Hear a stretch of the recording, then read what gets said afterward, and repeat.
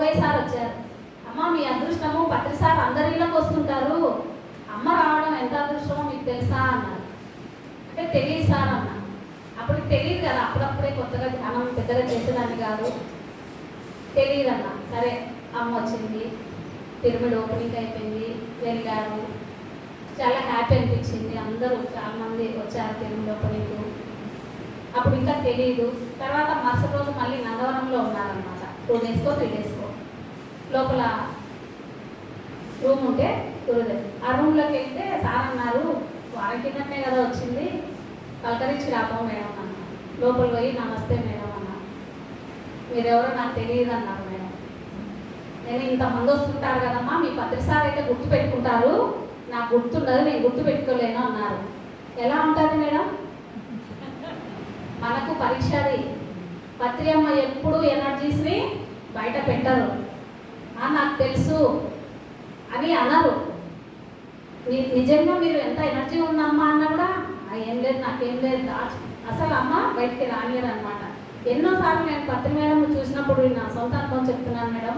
Stage పైన ఉంటారు కదా, పత్రి సార్లు వెనక ఉండి నడిపించే అమ్మ పత్రి మేడం ఎనర్జీతోనే ఇదంతా నడుస్తుందని నాకు అనిపించింది మేడం. ఈ స్పీచ్లు ఇవన్నీ నేను ఎప్పుడు వినలేదు. పత్రి మేడం గురించి నేను ఎప్పుడు 10 ఏళ్ళ 9 ఏళ్ళ కింద 10 ఏళ్ళ విషయం చెప్తున్నాను, నాకు వచ్చింది. అలా అనిపించేది. అంటే ఒక స్త్రీ అంటే మనం చిన్నప్పటి నుంచి విన్నాం కదా, రాముడు సీత.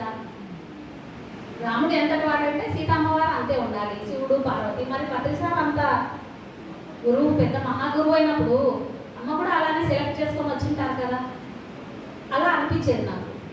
అయితే అది ఎప్పుడు రుజువైందంటే నాకు సీతాయనం బుక్ చదివిన తర్వాత అది కరెక్ట్ అనిపించింది. మరి సీతమ్మ వారు మనం చదివిన రాముడు సీత కథ వేరు, సీతాయనం వచ్చిన తర్వాత ఒరిజినల్ సీత లక్షణాలు వేరు. ఆ ఎనర్జీస్ అదంతా చదివేటప్పుడు ఓహో ఇది నాకు వచ్చింది నిజమే, పత్రి అమ్మ ఎనర్జీస్ నడిపిస్తుంది అనేది నిజమే నాకు వచ్చింది. ఎవరికైనా నమ్మకపోయినా సంబంధం లేదు. అందుకే గమనిస్తూ ఉండాలి. మనకి ఏమొచ్చిందో మనం జీరో మైండ్లో ఉన్నప్పుడు మనకు థాట్స్ వస్తాయి, ఆలోచనలు కామ్ అయినప్పుడు కొన్ని విషయాలు తక్కువ మెరుస్తాయి మెరుపులాగా, దానిలో పట్టుకోవాలి మనం. అప్పుడు మళ్ళీ టెస్ట్ చేసుకోవాలి, ఇది కరెక్టా తప్ప. అందరికీ వస్తాయి అనుభవాలు, ఎవరి అనుభవం వాళ్ళదే. అవన్నీ ఎందుకు, మనం తెలుసుకోవడానికి, స్ఫూర్తి పొందడానికి అంతే తప్ప ఎవరి ఆత్మానుభవం వాళ్ళదే. పక్కల దాంతో మనకు సంబంధం లేదు. వినాలి, విని తెలుసుకోవాలి. జ్ఞానం, అనుభవాలంటే జ్ఞానమే కదా, అనుభవమే జ్ఞానం అన్నారు కదా పత్రి సార్. ఎవరి ఆత్మానుభవం వాళ్ళది. ఆ మేడకు వచ్చిన అనుభవం ఆ మేడది. అందరికీ గ్రేటే, అందరివి వినాలి, పత్రి సార్ విన్నట్టు అన్నారు. అలా ఫస్ట్ మొట్టమొదటి చూసిన తర్వాత మళ్ళీ పిరమిడ్ ఓపెనింగ్ అయిన తర్వాత ఇలా అన్నారు కదా, అప్పుడు ఏమనిపించింది నాకు, నిజమే కదా మేడము ఎక్కడ గుర్తు పెట్టుకుంటారే, మనం ఎక్కడో నిన్న రాకుండా వచ్చాము, అసలు ఏం పరిచయం ఉంది మేడంతో మనం అనుకున్న తర్వాత మళ్ళీ ఇంటికి వచ్చి యథావిధిగా మళ్ళీ 2021 నందవరం 21 అమ్మ అప్పుడు వచ్చారు. మళ్ళీ 2021లో బతులూరుపాడులో పిరమిడ్ కట్టాం మేడం. అప్పుడు పత్రి మేడం ఓపెనింగ్కి వచ్చారు ఇద్దరు. అంత చిన్న ఊరు, అంత చిన్న పిరమిడ్లో ఇద్దరు వచ్చారంటే మా జన్మ ధన్యమే మేడం. మా ఇంత చిన్న పిరమిడు, మా అంటే పెద్ద పరిచయాలు లేవు సార్ వాళ్ళతో, మాస్టర్స్తో. అంటే ఎందుకు వస్తారు అలా, ఎందుకు వస్తారు? మనం చేసే ఫలితం ఆశించకుండా చేసే పనులు ఎవరైతే చేస్తారో వాళ్ళకు గురువులు అండగా ఉంటారు అనేది సార్ చెప్పింది నిజమే. జ్ఞానానుభవంతో కూడా చెప్తున్నాను మేడం, ఖచ్చితంగా వెంట ఉంటారు. అది అలా వచ్చి రాత్రి 50 ఉందామా అన్నారు. ఎవరు? పూర్ణిమ ఇందాక వచ్చింది చూడు, పూర్ణిమ నేనే. అప్పటికి సదానందయ్య గారి బుక్ అయిపోయింది. ఫస్ట్ మొట్టమొదట అమ్మ ఇంటికి వచ్చిన తర్వాత ఎంతసేపు ఉంటాం మేడం, ఫోటో పెట్టి ముఖం వేస్తే అయితే అయిపోయి 10 నిమిషాలే. అక్కడ నైటు రూమ్లో నేను పూర్ణిమానే ఉన్నాం.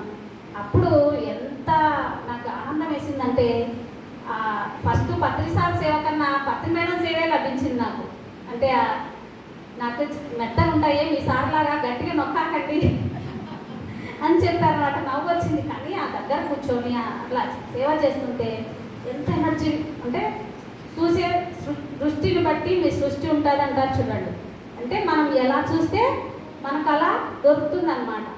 మామూలుగా మేడంలే ప్రతిసారి అంతా మేడం ఏం లేదు, మామూలు మనిషిలాగా చూస్తే మామూలు మనిషిలాగానే కనిపిస్తారు.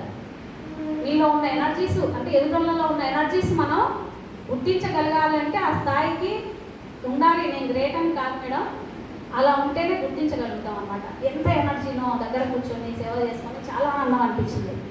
ఓకే థ్యాంక్ యూ అని చెప్పుకొని మళ్ళీ వెళ్ళిపోయిన తర్వాత మళ్ళీ ఇంకోసారి మళ్ళీ కడతాళ్ళు ఇంట్లో ప్రతిసారి దగ్గర బుక్ కోసం వెళ్ళాం, తిరుగుతున్నాం, రిలీజింగ్ కావాలన్నా. నేను పూర్ణిమ పొద్దు నుంచి సాయంత్రం వరకు కూర్చోబెట్టుకున్నారు సారు అక్కడే సార్ దగ్గరే.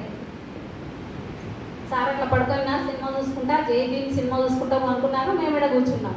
పక్కన జ్యూస్ ఒకసారి తెచ్చిచ్చినారు, ఇదేదో బాగుంది ప్రతిసారి లాగా అనుకున్నాం.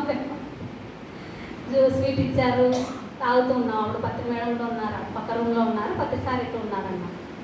అంటే ప్రతిసారి గురించి చిన్న అనుభవం. అప్పుడు సార్ మెల్ల మాట్లాడుతూ అలా నిద్రలోకి వెళ్ళారు. మమ్మల్ని పొమ్మనిలే ఉండమన్నారలే అని కూర్చొని ఉన్నాం. ఎవరు కూడా పొమ్మనిలాడ, పక్కలు కూడా అట్లే కూర్చొన్నాం. మెల్లగా అలా నిద్రలోకి జారుకున్నారు సార్. నిద్రలో జారుకుంటే నాకేమనిపించింది, సారు ఉన్నతలోక వాసులతో మీటింగ్ పెట్టడానికి పోయినారు అని నాకు అనిపించింది. సరే అని ఇంకా నిద్రపోయినారు కదా, పూర్ణిమ నిద్రపోయినారు కదా, బయటకు వరంప మేడం కొంచెం తప్పించుకొని వదాం బయటకు అని బయటకు వచ్చినాం. బయటకు వచ్చిన తర్వాత తనేం చెప్పింది, పత్రిసార్తో కనెక్ట్ అయ్యి నాకు ఉన్నతలో కళ్ళ పనిందే, నేను పోయేస్తాను, మీరు కొంచెం బయట పోయిరండి అని చెప్పిందని. అంటే గురువు యొక్క అంటే మనము అంతసేపు జీరోలో ఉన్నాం. సార్ దగ్గర అంటే జీరో కాక ఏముంటుంది, సార్ దగ్గర అంటే ఏం ఆలోచన రావు అసలు. మీరు గమనించండి, ఏదైనా సార్ పత్రి మేడం కానీ సార్ కానీ ఏ గురువులైనా అలా జీరోతో అంటే అసలు మెసేజ్ అంటే ఉన్నత లోకాల్లో మీటింగ్ అంటే మన గురువు ఎక్కడ కాదు, గురువు విశ్వానికి గురువు, అందుకే ఆయనకు విశ్వగురువు అని చెప్తూ ఉంటారు కదా. నాకు సడన్గా అది వచ్చింది, మన గురువు విశ్వగురువే. విశ్వగురువే కాదా, క్లాస్ పైన ప్రణాళిక చేసుకొని వచ్చారు. పైన మీటింగ్ ఏం జరుగుతుంది, ఎలా, ఇదన్నీ నాకు ఇదంతా తెలియనప్పుడు జరిగింది మేడం. ఇదంతా అంటే వేరే వాళ్ళ ద్వారా చెప్పింది కానీ అలా గురువు గురించి. మరి పత్రి మేడం గురించి అంటే అలా చేసుకున్నామా, మేడం గురించి ఒక 2 వాక్యాలు. వెళ్తుంటే మళ్ళీ ఇంకోసారి ఆడైపోయింది కదా, మేడం అలా నడుచుకుంటూ వెళ్తున్నారు. ఇటు పక్క మేము బయటకు వెళ్తూ ఉంటే మేడము ఆరోగ్యం బాగాలేదు కదా, అలా ఇలా వెళ్తూ ఉన్నారన్నమాట. చిన్నగా బాగాలేదు అనుకుంటారు కదా, మేడం బాగా నడుస్తున్నారే చక్కగా అని అనుకున్నా. జస్ట్ నేను అనుకున్నాను లేదా మేడం అలా వెళ్తున్నారు అనుకుంటానే మేడము తక్కువ ఇట్లా వాలి డోర్ పట్టుకున్నారు. అంటే మన ఆలోచనలు గురువులు ఎంత స్పీడ్గా మనకి వాళ్ళకి తెలుస్తాయి అనే దానికి నిదర్శనం అనమాట. అది ఎవరికో కాదు, నాకే. అంటే నీ ఆలోచనలు మిమ్మల్ని గమనిస్తున్నాము అనే దానికి అనమాట సాక్ష్యం ఇది. ఇంకోటి చెప్తా మేడం, మళ్ళీ ఇక్కడ జమ్మలమడి దగ్గర అగస్త్యేశ్వర పిరమిడ్ ఉంది. అప్పుడు జనవరికి వచ్చారు, సార్ వచ్చారు. మళ్ళీ మరుసటి సంవత్సరం మేడం వచ్చారు. సార్ బాడీ వెయిటెడ్ చేసిన తర్వాత అప్పుడు ఇట్లానే ఎదురుగా వర్షం వస్తుంది, ఇంకా పోవడానికి లేదా సాయంత్రం వరకు 10 వరకు ఉన్నారు, లేట్గా వచ్చారమ్మా. దసరా అయిపోతానే వచ్చారు, పొద్దుటూరు నుంచి వెయిట్ చేస్తున్నాము. వర్షం పడుతుంది, ఇట్లనే కూర్చున్నాము. అంతా 10 మంది కూడా లేరు.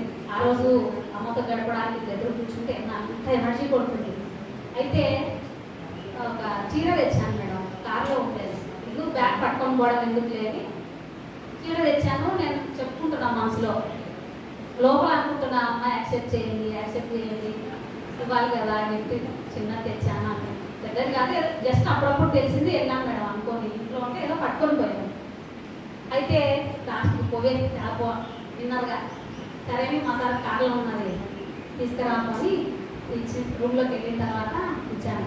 మెల్లగా అమ్మ ఏమనుకోవద్దండి అంటే తక్కువ రేట్ అన్నట్టు. అంటే నాకు తెలుసులేవే అది ఇంకొక జాకెట్ పీస్ ఉంది మేడం, బాగుంటుంది అది, నాకే నేను కుట్టించుకుంటా. అంటే గురువులు మనం ఇష్టంతో ఏదైనా ₹1 ₹10 ఖరీదు చూడరు, వేళ కట్టరు. మనలో ఉన్న మన ఎంత ప్రేమభావంతో వాళ్ళకేం తక్కువ కాదు, పత్రియమ్మకి ఏం తక్కువ, పత్రిసారికి ఏం తక్కువ. మనం భాగ్యవంతులం, మనం తీసుకుంటున్నాం. మనం తీసుకునే వాళ్ళు ఉంటే మరి అంత గొప్ప ఏసేసం మూమెంట్కి అమ్మ అది నా భాగ్యంగా భావించి హ్యాపీగా సంతృప్తిగా హ్యాపీ అనిపించింది మేడం. అలా మెసేజ్ అదొకటి. తర్వాత అంటే పత్రి అమ్మ గురించి చెప్తున్నాను అన్నమాట ఇవన్నీ.